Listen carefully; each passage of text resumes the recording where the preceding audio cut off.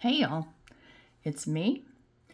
Again, I'm not going to turn the video around because I've got everything set. I've got the lighting set. I've got the angle of the camera set.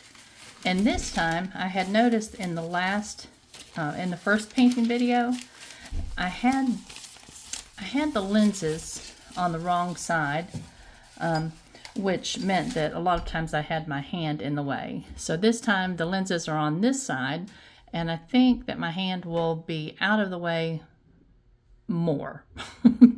Better. So we're going to go with that.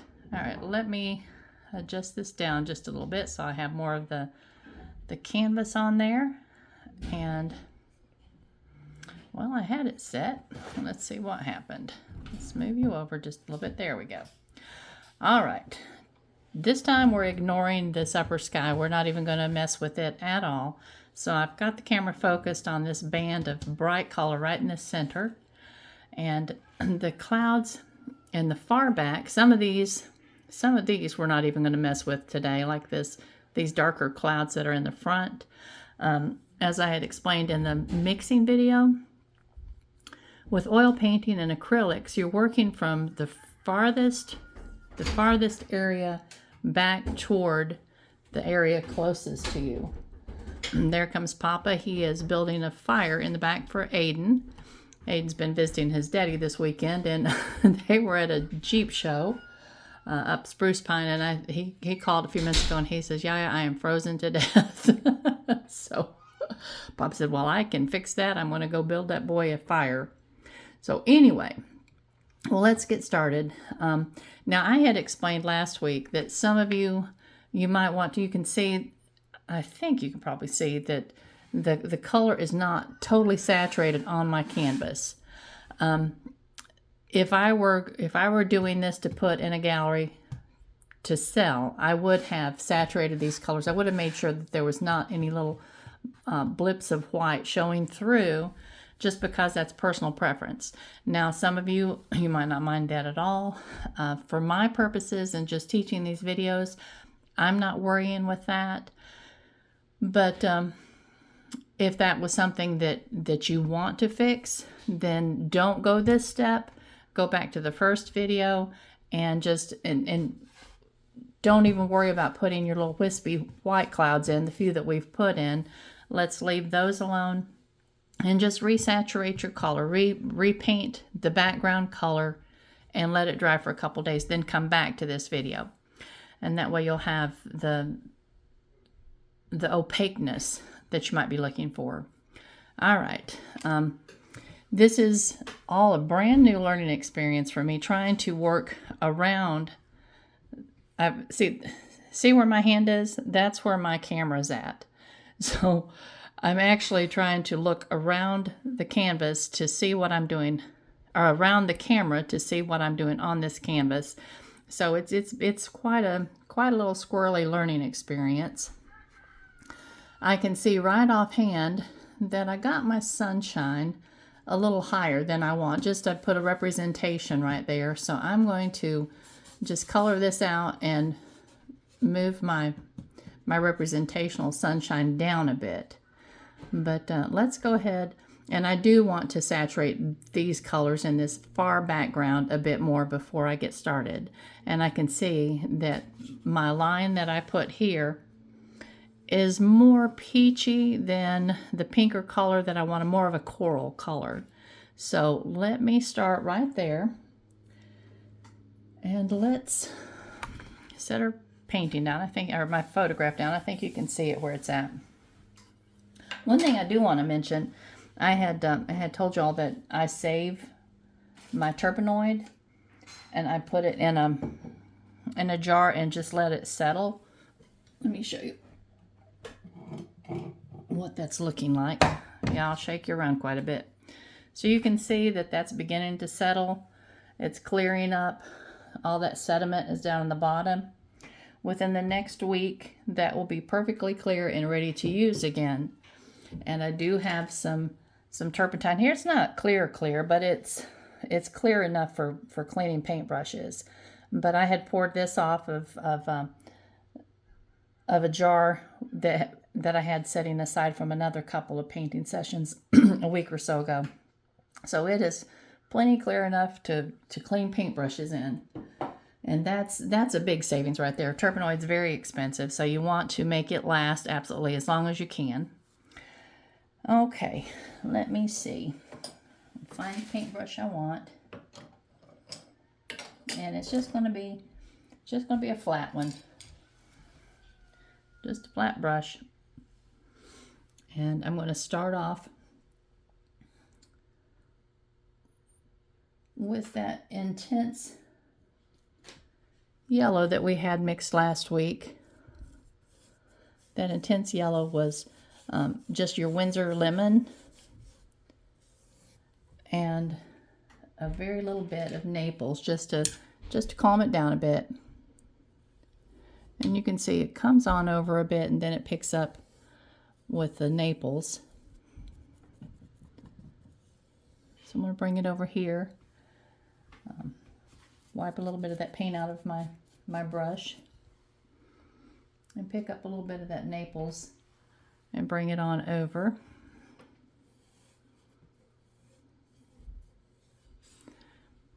And I want to make that sky up there just a bit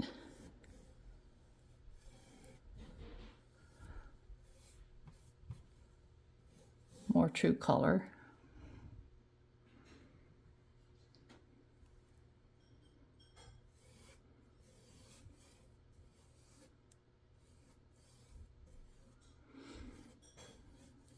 And of course, yes, there is going to be a lot of clouds over top of all of this, so you won't be worrying so much about covering everything perfectly, because everything will be covered over time. Now, I want to pick up more of a coral color down here than I had. I love that coral color for one thing. Let's get that hair.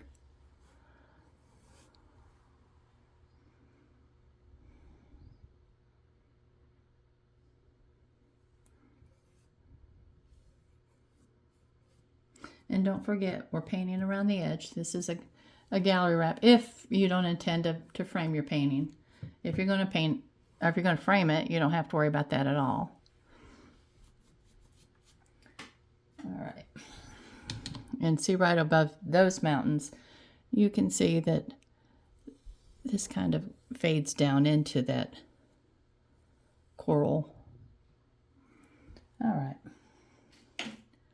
Now, I'm going to pull out my blue paper towel, and I'm going to blot this. I don't want to try to blend out a whole lot of color, because if I do, it's just going to be bloppy.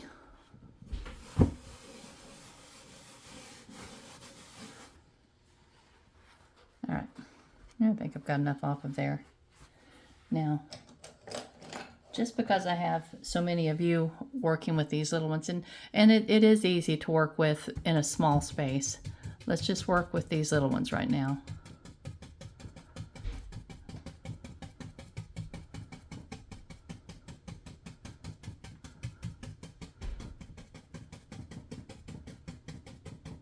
And one thing I have noticed, let me see, let's get that hair off of there. You can see I left this over here just pretty light, because I know there's going to be clouds there. But instead, let's go ahead and put some color there, simply because even though there's going to be color there, we don't want to have to be tied to the idea of making sure we don't miss a spot. And because that just ends up being more irritating than it's worth, where you don't have to worry about getting your clouds just exactly in the right spot, and then thinking, oh man, look at that, I've got a spot that I should have covered over.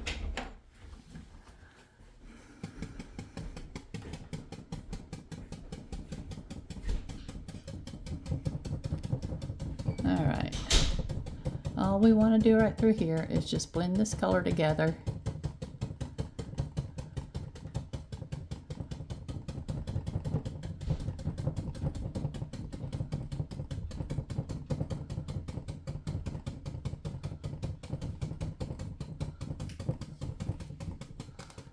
And I'll try to hold this, I'll try to hold my board so that it's not bouncing against this easel and making a big racket, because it does. I am the queen of noise when I paint. There's nothing quiet about it.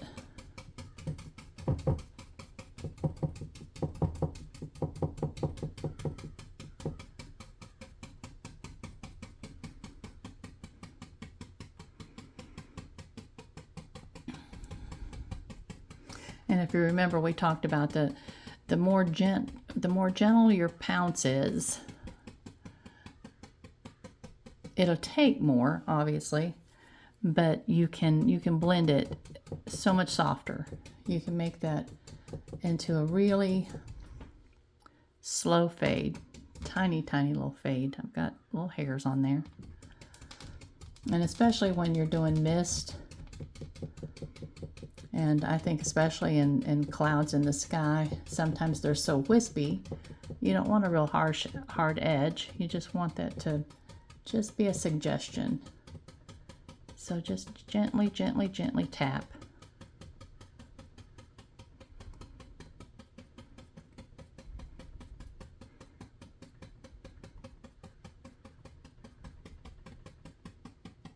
And you can continue carrying that color on out in little streaks. I like to do that. I think it just draws your eyes when there's just those little suggestions of color.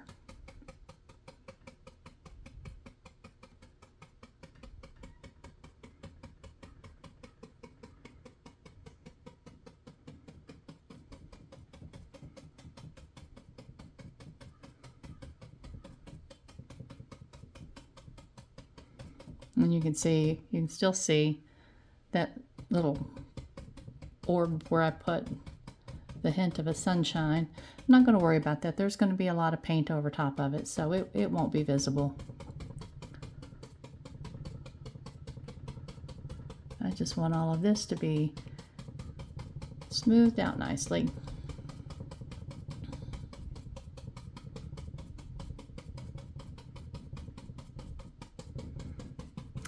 And do remember to continue grabbing, oops, sorry guys. Grabbing your little, I call it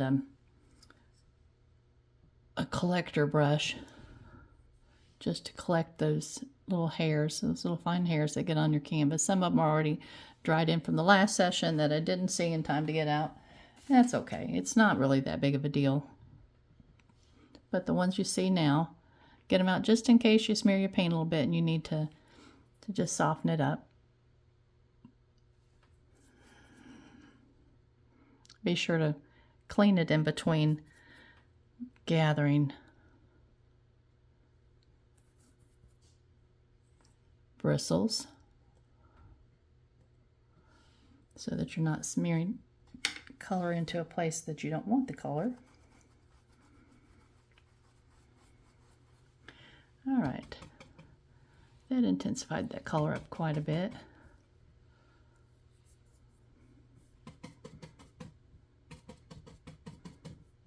Well, I keep seeing a hair.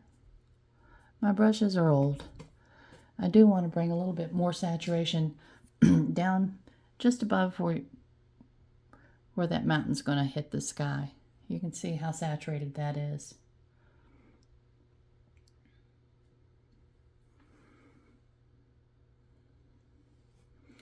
And the mountain may actually hit the sky a little bit higher than that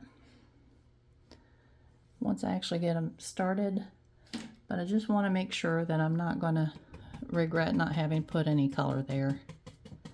So I guess what I'm saying is that make your color bands wider than you think you're going to need them to be, so that you have some options and you're not limited to keeping your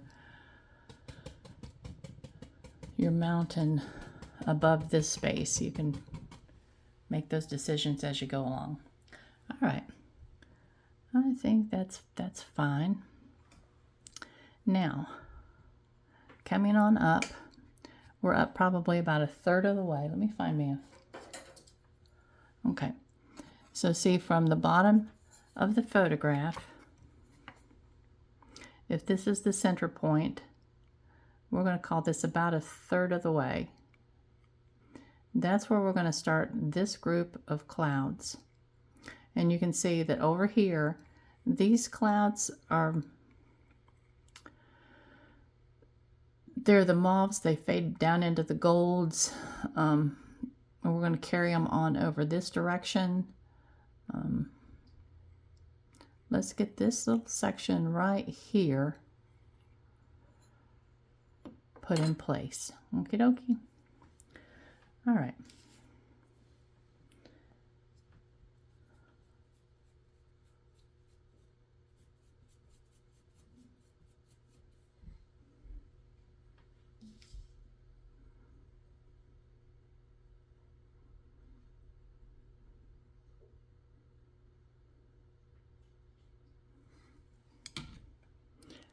There's half down to 1/3. All right.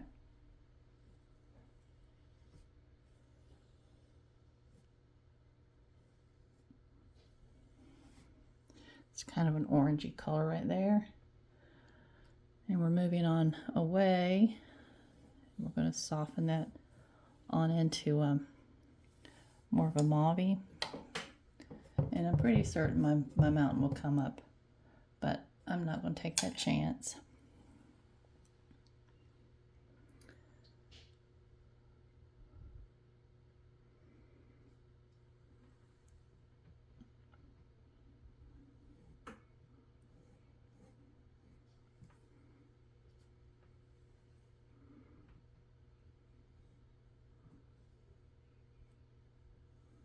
You can see how pink that is.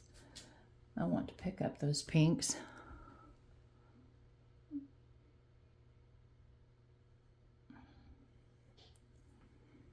And it gets pinker and pinker.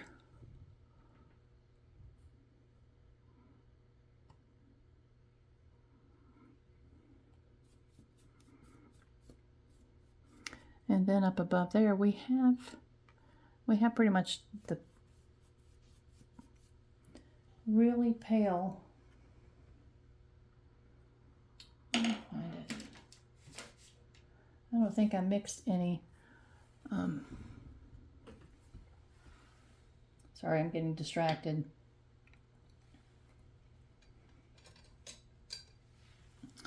I didn't mix any of the Naples and the white, so I'm just going to put my Naples on here and blend some white in as I feel like I need to. And that comes on over about 3/4 of the painting right there.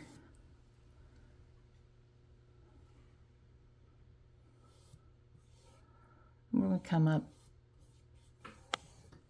It doesn't go all the way up to the half mark, but we're gonna take it up. Like I said, just go past where you think you'll need it to be so that you don't have any regrets later. Take it on around your corner if you're doing the gallery wrap.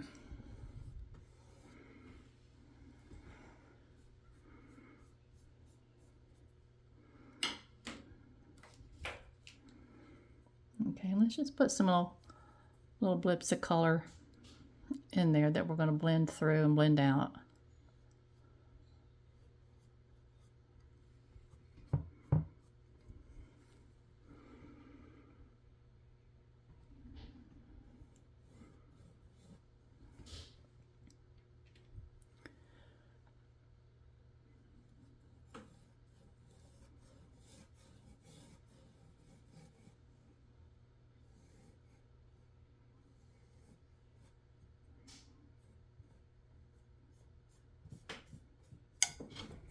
Oops.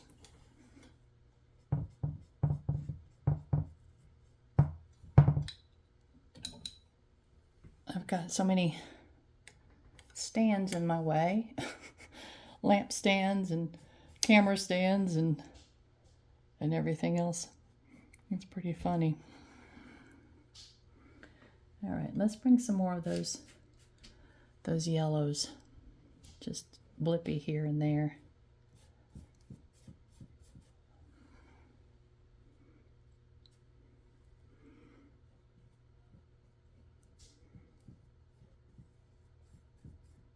because I really want that sky right above that sun to be warm.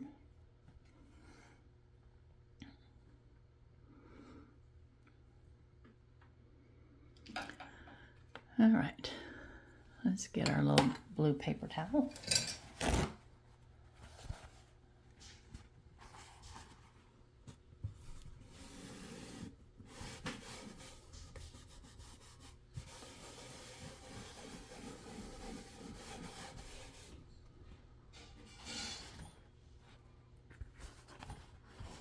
Fold it down, use the back side of it.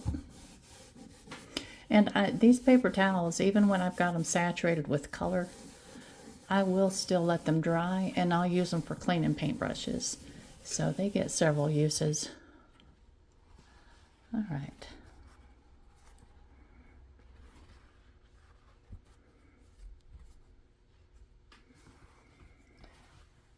Let's get our little blender.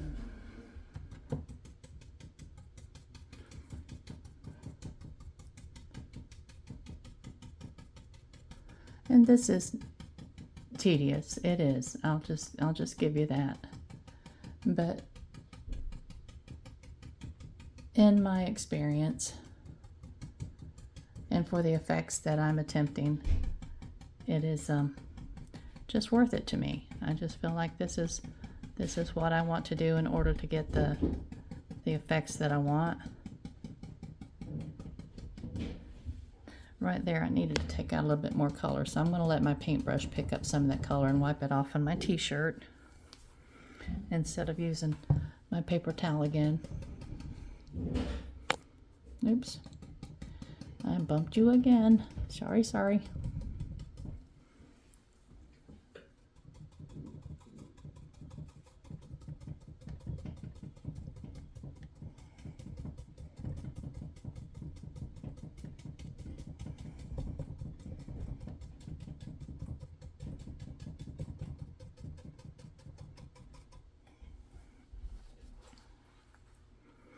Okay, now when your paintbrush just has more color on it than you want on it to go back into these paler colors, these more yellows, then just change it up. That's one of the reasons I suggested you go to the children's department and get these little brushes, because for this,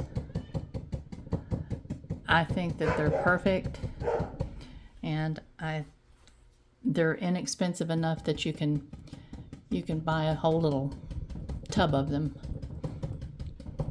Just don't leave them sitting in your turpentine, because the turpentine sometimes will melt the glue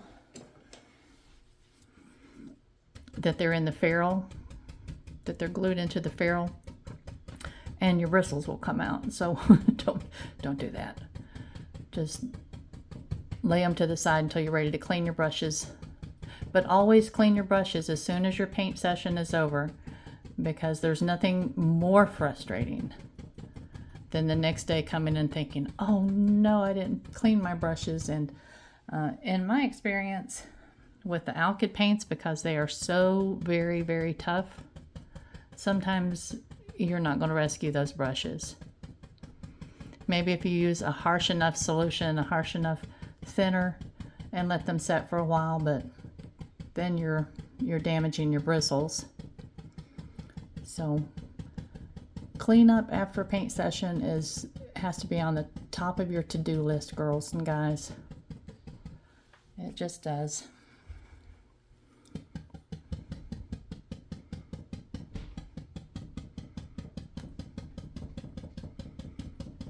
Okay, and now remember that a lot of these colors that we're putting on right now will be hidden, except for just tiny little glimpses coming through the clouds that we're going to be putting in front of them. So if you're thinking, oh, good gravy, that's really, really, really intense, just be patient. We're working from the back to the front, remember.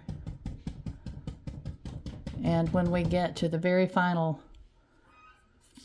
application of clouds, we can always tone them down considerably if that's what we choose to do.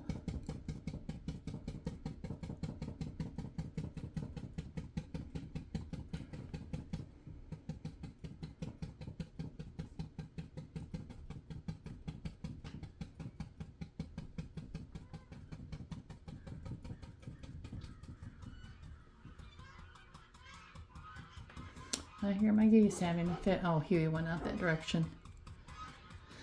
They like to be noisy.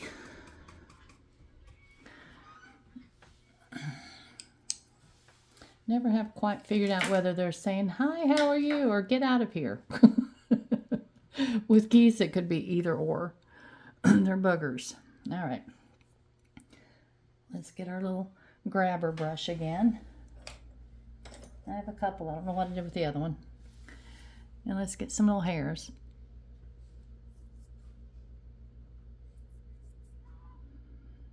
And if your brushes aren't as old as mine, you may not need to do this nearly as often as I do. But don't feel sorry for me. I can buy new brushes.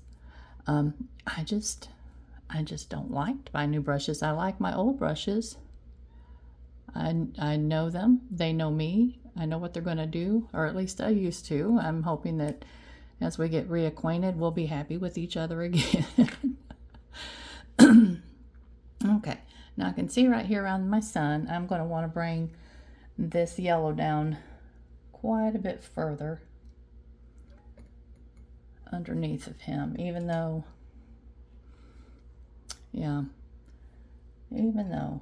let's just do that real quick, just because I'm thinking that's important.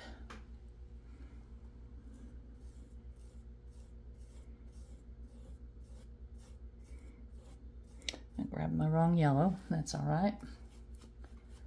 We'll go back up here and grab the yellow I meant to grab and just blend it in a little bit.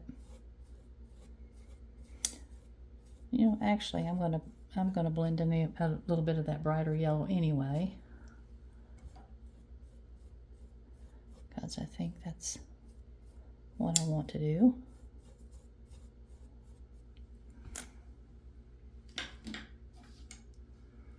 All right, blot them out just a little bit.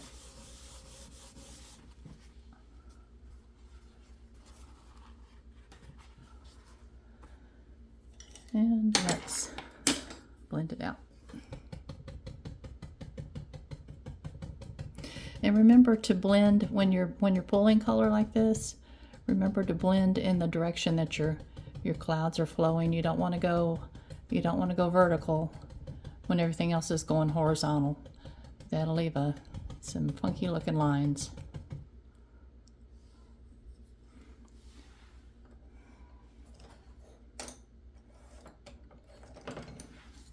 Well, I think that was my grabber brush that went in the floor. So we'll grab this one. Here we go. All right.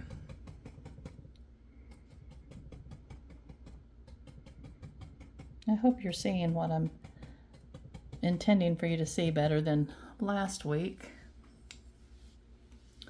All right, now let's put a blip of sunshine where our sunshine is going to ultimately be,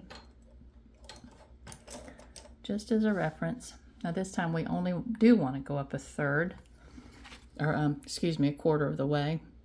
Not actually even a quarter, a little bit more than a quarter, but it's not a full third. It may be. You know what? I had a ruler in here. I don't know where my ruler's at, but where's the quarter mark? It's just a bit above the quarter, but before you get to the 1/3. And it's over about a quarter. I might have had it in a good spot to begin with. I'm just going to lower it just a tiny little bit.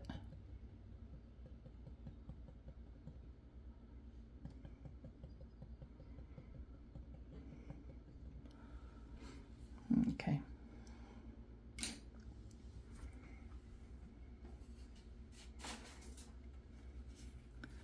Let's blot it just a little bit.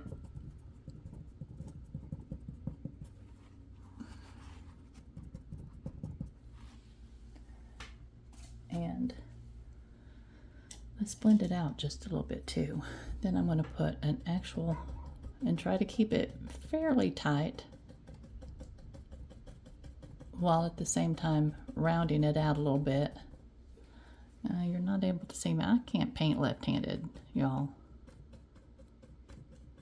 I'm trying. All right. There's our representational sun. And what will eventually happen with that sun, let's go ahead and put a little on there and you'll see, is we're going to go almost white. Aiden's home, so the dogs are going to go nuts. So everybody be quiet for just, or everybody be quiet. Doggies be quiet for a minute. They won't, so just ignore them. They get very excited when their boy gets here. And you'll probably hear Bela in a minute on our end of the house howling, because that's what he does. He gets very excited and he howls.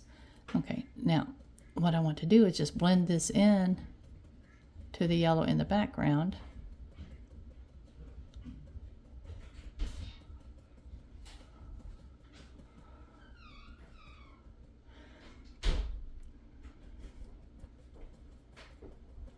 All right, there's our representational sun.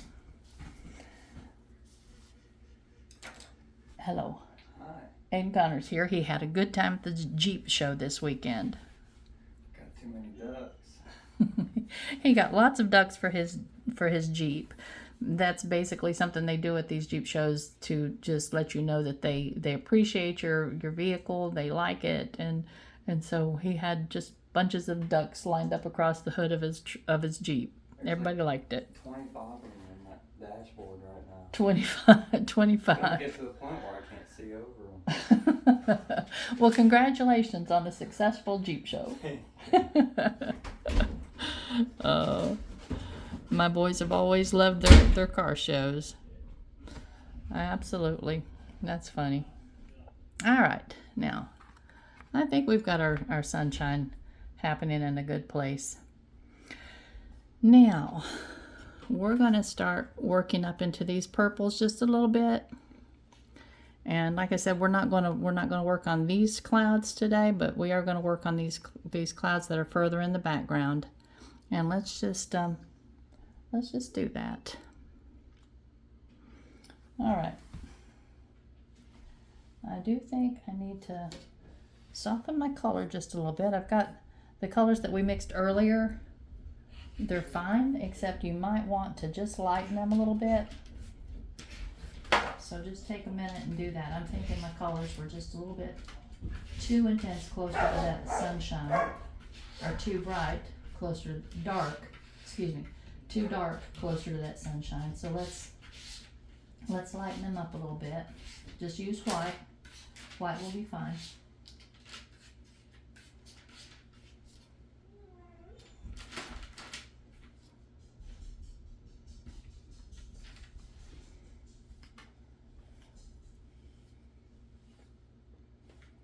Okay.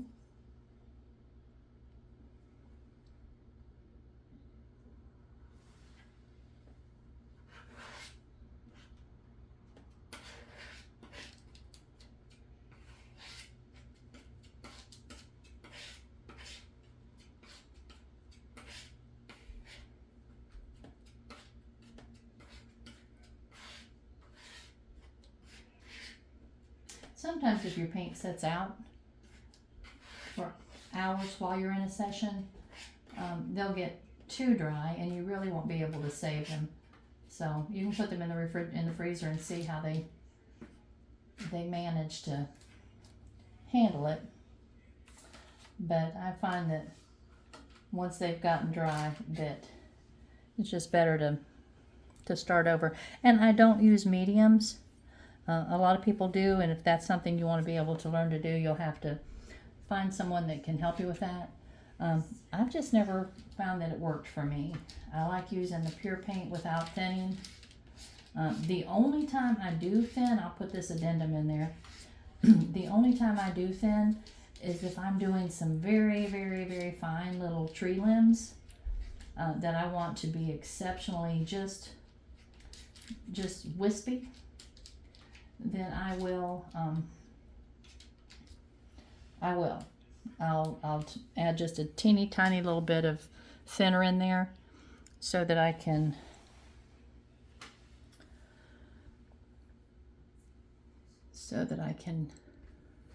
make those really, really wispy.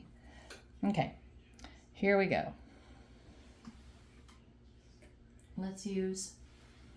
We're going to go up a little bit higher than the halfway mark on this. We're going to make these background clouds right here. Okay. Don't forget to go around the edge. And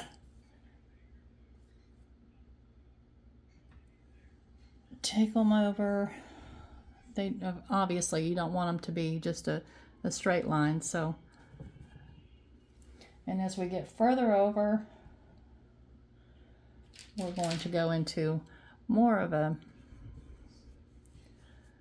purple with more of a hint of blue in it. That's where that Payne's Gray comes in. Coming down. Oops, sorry. I'm bumping you around.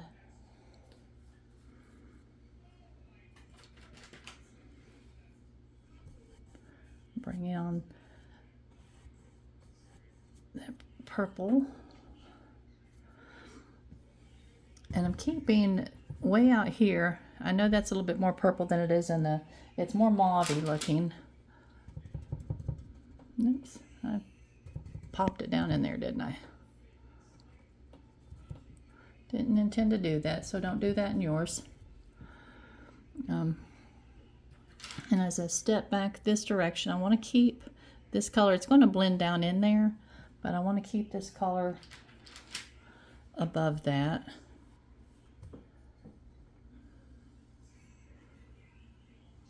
Okay.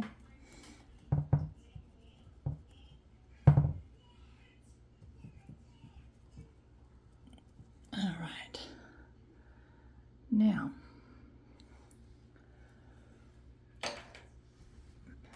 when I get used to this video camera being in front of me and I can ignore it, I'll probably be able to concentrate a little bit better. That's the goal anyway. All right, let's take a little of this paint off. And those of you that have never seen anybody do anything like this before, it's probably because I don't know anybody else ever done this before. It's my own little weird thing that just kind of came about years and years ago, and it worked for me, and I just continue doing it. So don't feel like you missed anything in your education. If you have a better way to do it, absolutely do it. I just do what's worked for me for years and years and years and what's comfortable.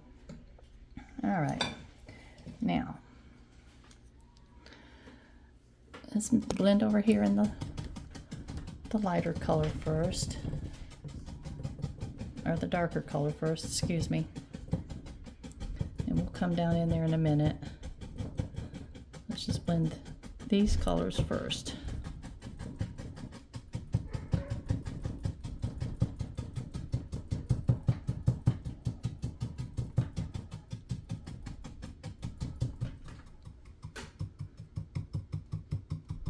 And since I came down further than I wanted to, I'm going to take my other paintbrush and kind of pull some of that off.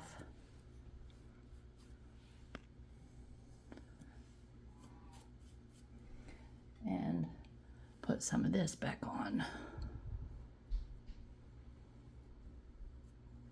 All right. Now,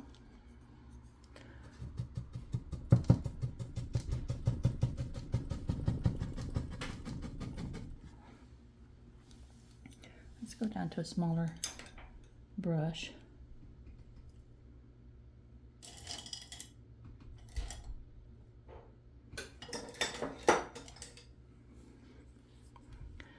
All right. Now let's try to stay a little bit below that darker line and just barely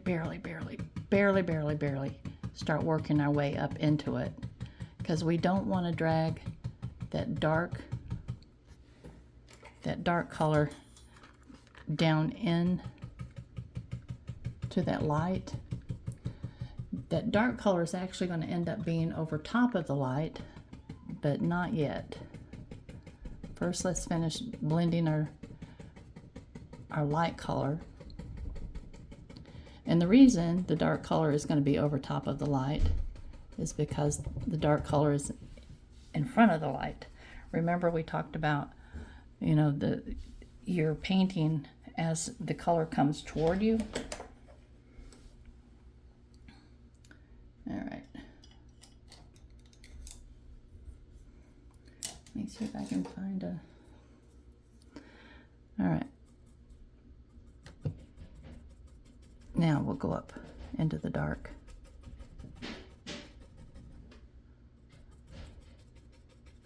And just keep going along that line.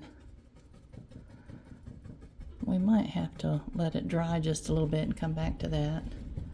I don't know, let's see what we can do with it.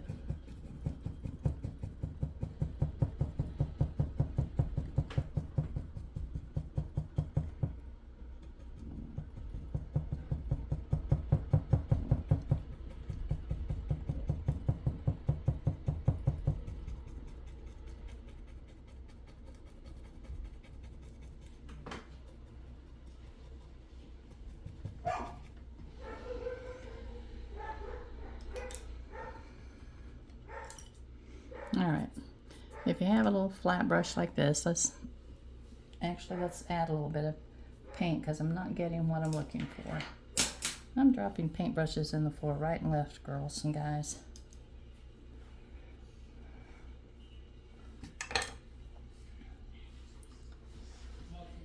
I think over time, as we paint more,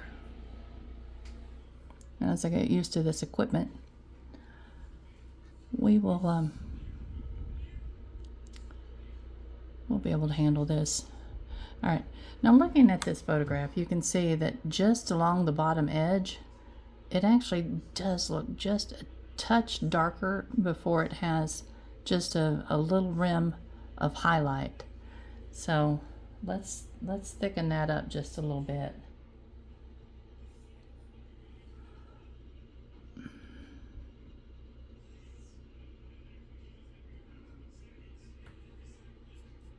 Don't use that color.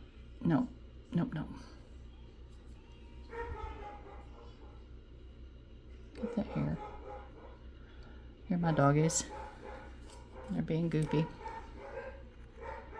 All right, come here. Yeah, there's Bela. And there they go. I'm sorry. Bela cracks me up though, because he's got the bay of a hound dog. Girls, I'm thinking that I'm not going to be able to do this step this time. So let's blend that back out. We're going to let's go all the way across.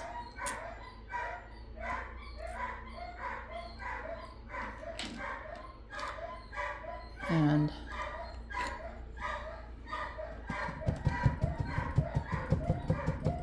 let's just blend the two colors together because we're going to have to let it dry to go another step. So we might go up into these upper clouds a little bit instead of spending this much time just on these.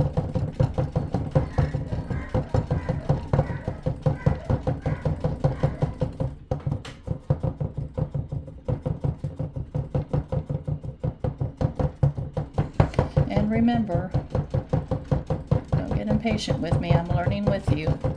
I have forgotten the steps that I take to do these paintings.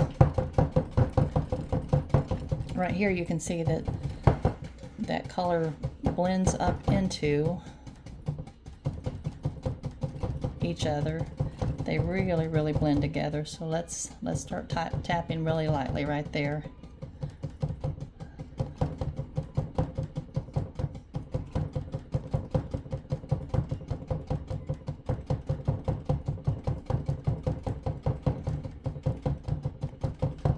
These colors together. We don't want a solid line. In other words, we want these colors just to be just nice and subtle.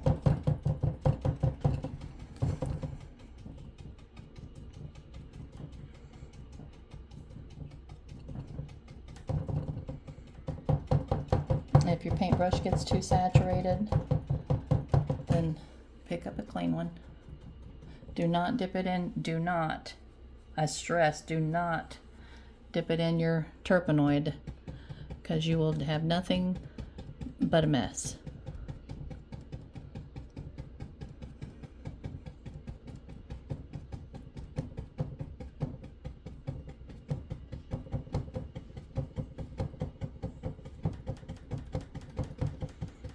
Now as we come on over here, you can see that there's, there is that definite line, so you don't have to blend it completely out. Where you want the two colors to blend is over here where the sunshine, just above the sunshine. I guess I could put that photograph up so you can see what I'm looking at.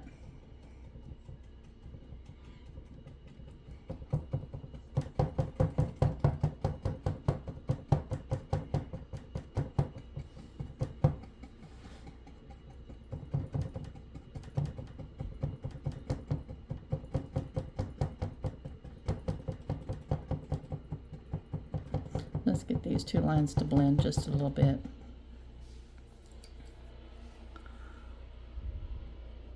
You can, and if you're wanting to keep the lines more pure, you can take a little brush. And see, this one, I have cut the ends of it off, and you can see how many years I've used it as a little trouncing brush, and just done this with it, and it's flattened it. And yeah, I like this little brush.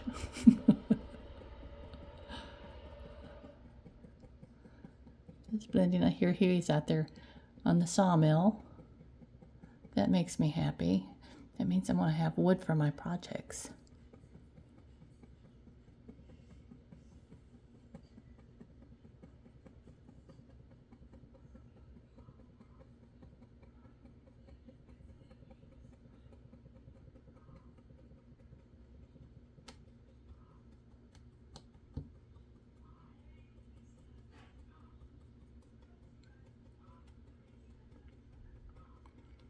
And with painting, it never has to be one and done.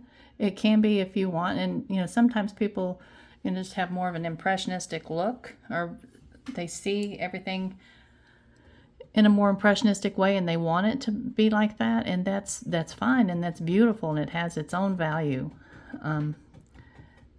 I tend to be a little bit more realistic. I've been for years trying to become less of a realist and a little bit more impressionistic, or at least I was headed that way before I stopped painting 7 years ago. So now I'm hoping that since I've forgotten so many things with the realism part of it, that maybe I can actually just pick it up and go in a different direction with it. And then it won't be, so much unlearning, but just learning a brand new way. All right. And I want to go on higher in this sky with my darker color.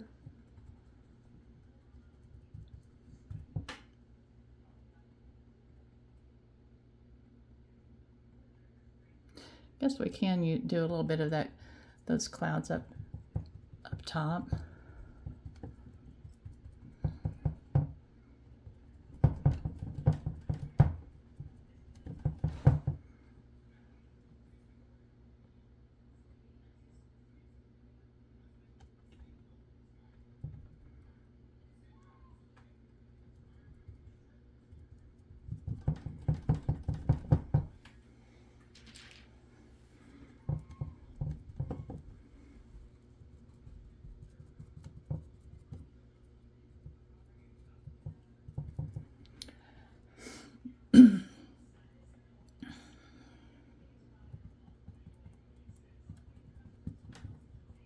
Let's leave a little bit of that blue sky showing.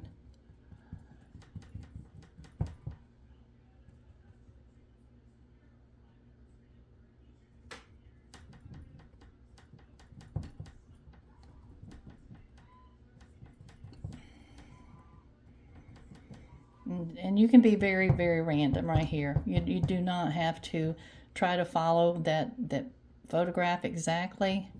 And as a matter of fact, I'm not going to. There's a lot of times that I just kind of abandon the photograph completely when I have in my mind what I want to do, and I do not want to, try to get every cloud shaped a certain way.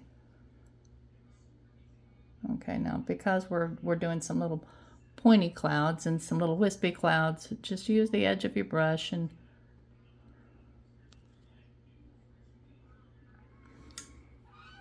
let me lift that a little bit so you can see.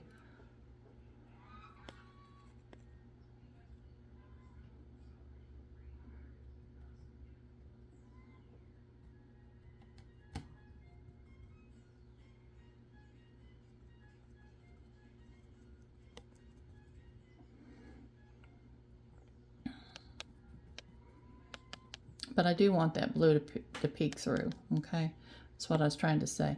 Now this bank of clouds right here, we'll put those over top when everything else is good and dry. This is just what would be hidden behind it, and I do want to just go ahead and get those in there so I don't have to worry about, a spot where there's not any color that there should have been color, whatever. Whatever. All right.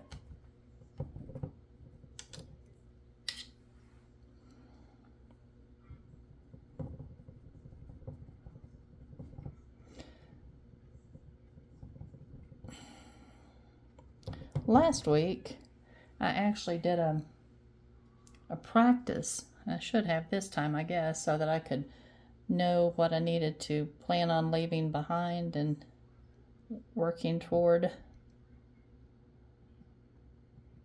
Maybe I just need to do that each time.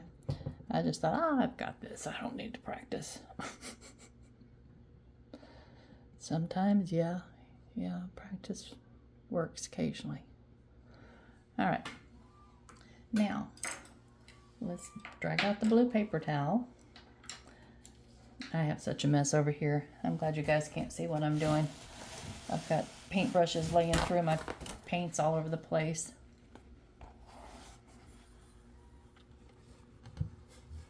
I need to get another spot set up to put my dirty paintbrushes so that I'm not just laying them on my palette. That's a mess. That's one of those live and learn for next times, right? All right. Now, here we go. Let's get a few of the hairs out.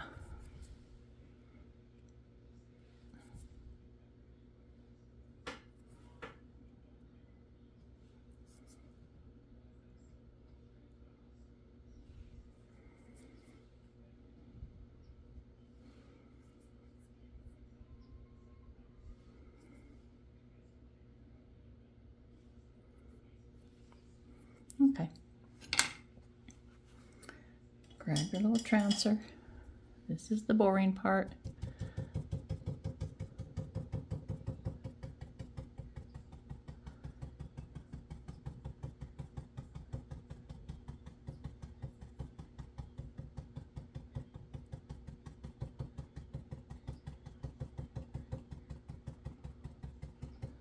And now you can see down in here where there's dark and light colors, where there's thicker clouds and thinner clouds. So you don't have to totally blend the color completely out. You can leave definition of color in spots. And that's not a bad thing. That's a nice illusion there of thicker clouds and thinner clouds, and clouds in the front and clouds in the back. But just make sure it's looking natural. When you look at it, make sure that doesn't look like a spot that's jumping out at you and saying, oh, you just didn't get that finished. Because that can happen. And now if you're leaving a space of blue showing, try not to blend the color all the way up into it. You can thin it a little bit on the edge if you want to, which I do want it just a little bit thinner. but I don't want the blue to become muddy. So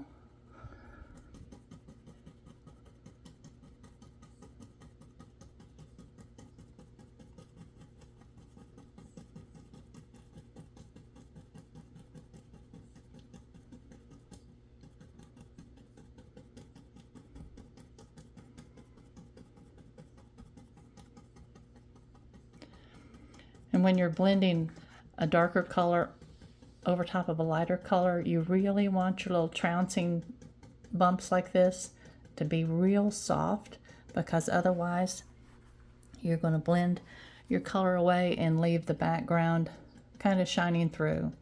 And if you don't want the background shining through, just keep it soft enough that you're not doing that, okay?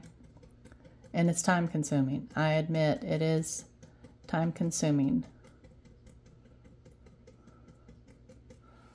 The only time you might want color shining through is if you're trying to leave just an area where it looks like a wispy cloud, but you're just seeing a little bit of that blue sky behind it, like maybe a spot like that.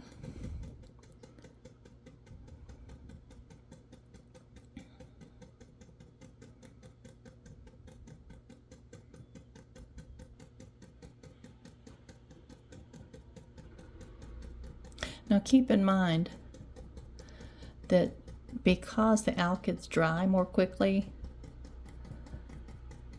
than regular oil paints, you're not going to have a lot of time to go back and work in wet spots. So that's why you want to kind of finish up, if you're blending, finish up the area you're working in before you start adding more color. And that's actually really, really, really tough when you're working on a really large painting. Sometimes, you know, when I've worked on a 6 or 7 foot painting and tried to start blending an area after I had worked on another area for a while, I just have to give it up, let it completely dry, and then add some more paint. On a painting this small, there shouldn't be too much of an issue, but there can be an issue if you're unaware of just how fast the dry time is. It doesn't dry nearly as fast as acrylic. I don't even understand acrylic paint. If you're an impressionist or you're working with a palette knife, I can see how acrylic would be your friend, but acrylic is not my friend. I do not like that paint whatsoever.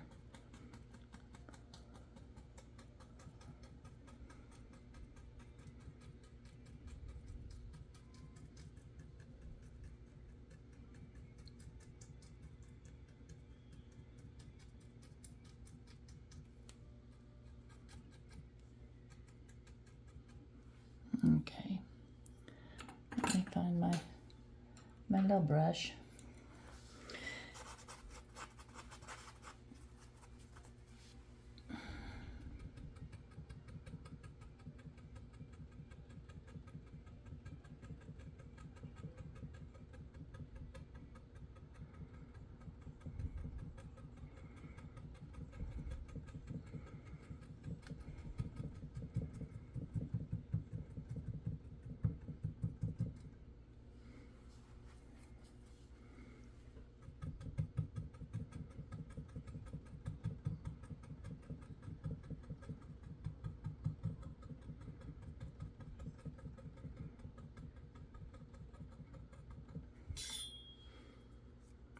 Get those little hairs out of there again.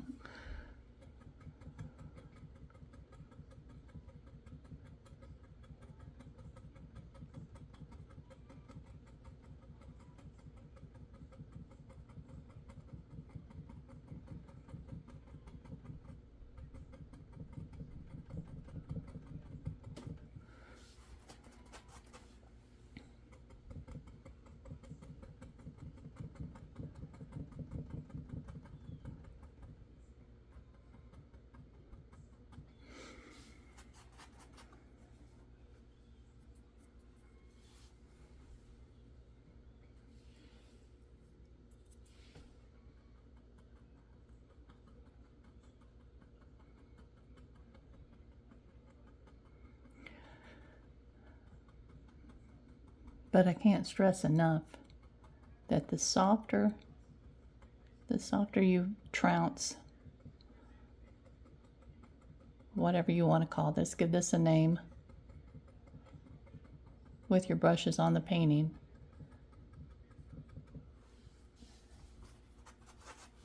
the softer your blend will be.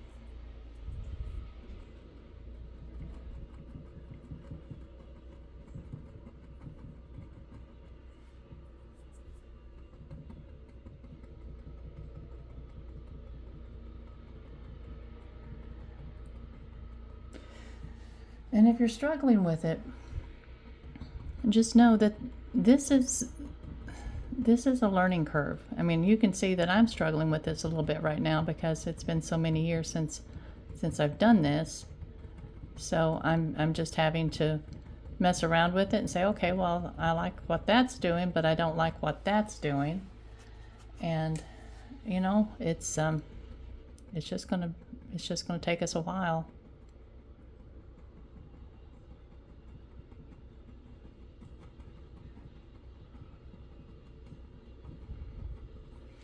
So with painting, I honestly believe that it's 10% skill and 90% practice.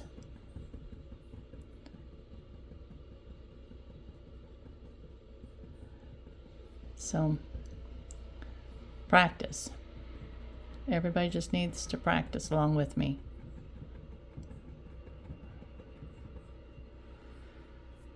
When I reach the point where I feel like I have recaptured the skill that I had years ago, I do intend to sell the paintings again. I'm going to bring that back up as an income source. Before Jared left life, I was in several galleries, and my paintings sold pretty regularly. So I know that there's that potential. I don't think I will ever want to be as involved in it as I was years ago. It took a lot of time.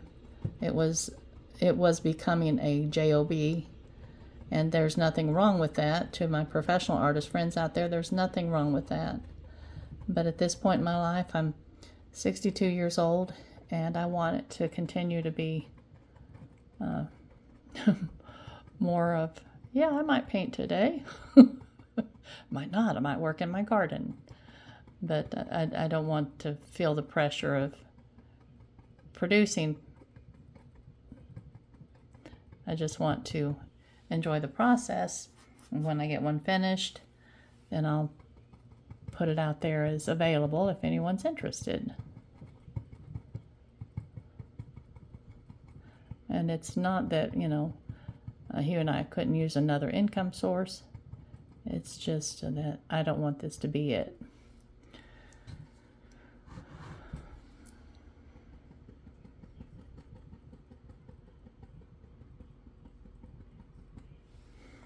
sometimes you really need to step back from a painting and see,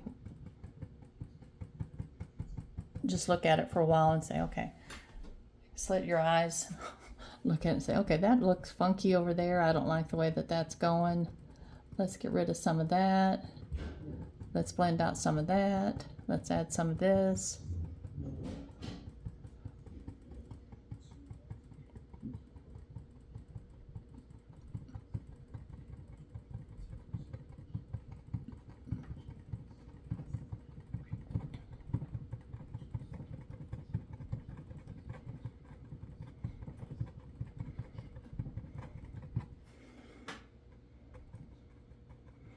And it's really grainy.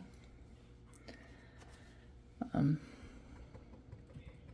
want to get these edges softened first, and then I'll see if I can get some of that graininess out with a bigger brush.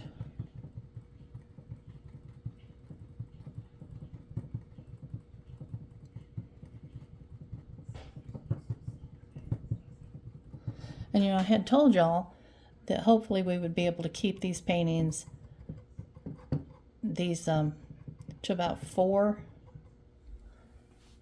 sessions each painting. That may not be the case.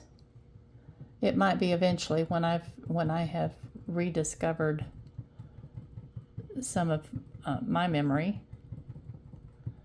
But while I'm learning with you, we may be taking longer to do these paintings. All right.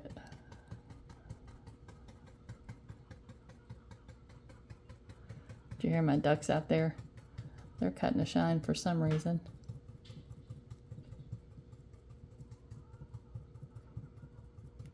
Ducks just kind of crack me up because they have the most evil sounding laugh. I call it a laugh. I don't know what it is. It's just a sound that they make, and it's very diabolical sounding. Oh, I don't know. I'm certain they're not as diabolical sounding or diabolical as they sound sometimes.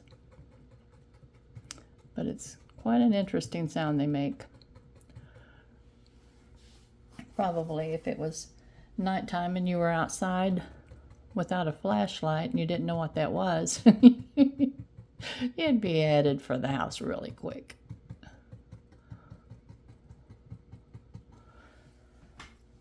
All right. Now let's try just softening these little grainy lines up really, really, really, really, really gently. Now I can tell you, if you're not a patient person, that the type of painting that I do is not going to be enjoyable for you.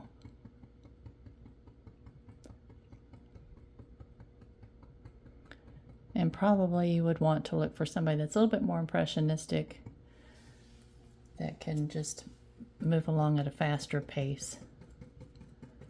I want your painting experience to be enjoyable, and if this is just tedious and just making you irritable, just stop. Just put it down, stop, and look for someone that teaches a style that you can enjoy, because painting should be enjoyable. It really should just be enjoyable. Don't make it painful. And I know that I am not everybody's cup of tea. All right, you know what? We have hit an hour and 10 minutes. And I really want to keep these at about an hour or less. So let's call this enough for right now. These colors will be less intense as we continue bringing clouds down and over top of everything next week. But all right, I hope that you enjoyed. Don't forget to get, where's it at? Don't forget to get your hairs out. your brush hairs out. But I hope that those of you that are enjoying this will just, if you have any questions about what we've done today, let me know in the comments. And you can see that this still needs a lot of, in my estimation, for what I'm looking at, I still want this to be softer. I still want the graininess worked out a little bit. So I'll probably sit here and continue messing with this, just bouncing it out a little bit, trying to get some of those light spots that need to be blended together worked out. And you just look at your painting and decide if that's where you want to work today, if you want to continue on. If not, and sometimes, like I said, when it reaches a point that it's really getting dry, you'll begin pulling paint off, and so you won't be helping your situation at that point. But you can always let it dry a couple of days and then come back, add some more paint, and blend a little bit more. Okay, this is going to be your painting. It doesn't have to be exactly like anybody else's painting. So please just mess around with it this week and do what makes you feel like you're accomplishing your goals with it. And we're going to keep learning together. Y'all have to be patient with me. Please ask me any questions you have. That will make me have to spend some time either thinking back about how did I do that, what did I do, experimenting a little bit, and hopefully coming up with some answers that will benefit both of us, all of us. And if I have at least, I'm going to say 5 questions, I will do a question and answer by Friday. If I only have 1 or 2 questions, I'll just answer them in next week's session. And all right. You can tell I'm distracted. My mind is thinking about other things, but I need to finish up on this video. I love you all. I hope that your week will be lovely, and I'll talk to you later.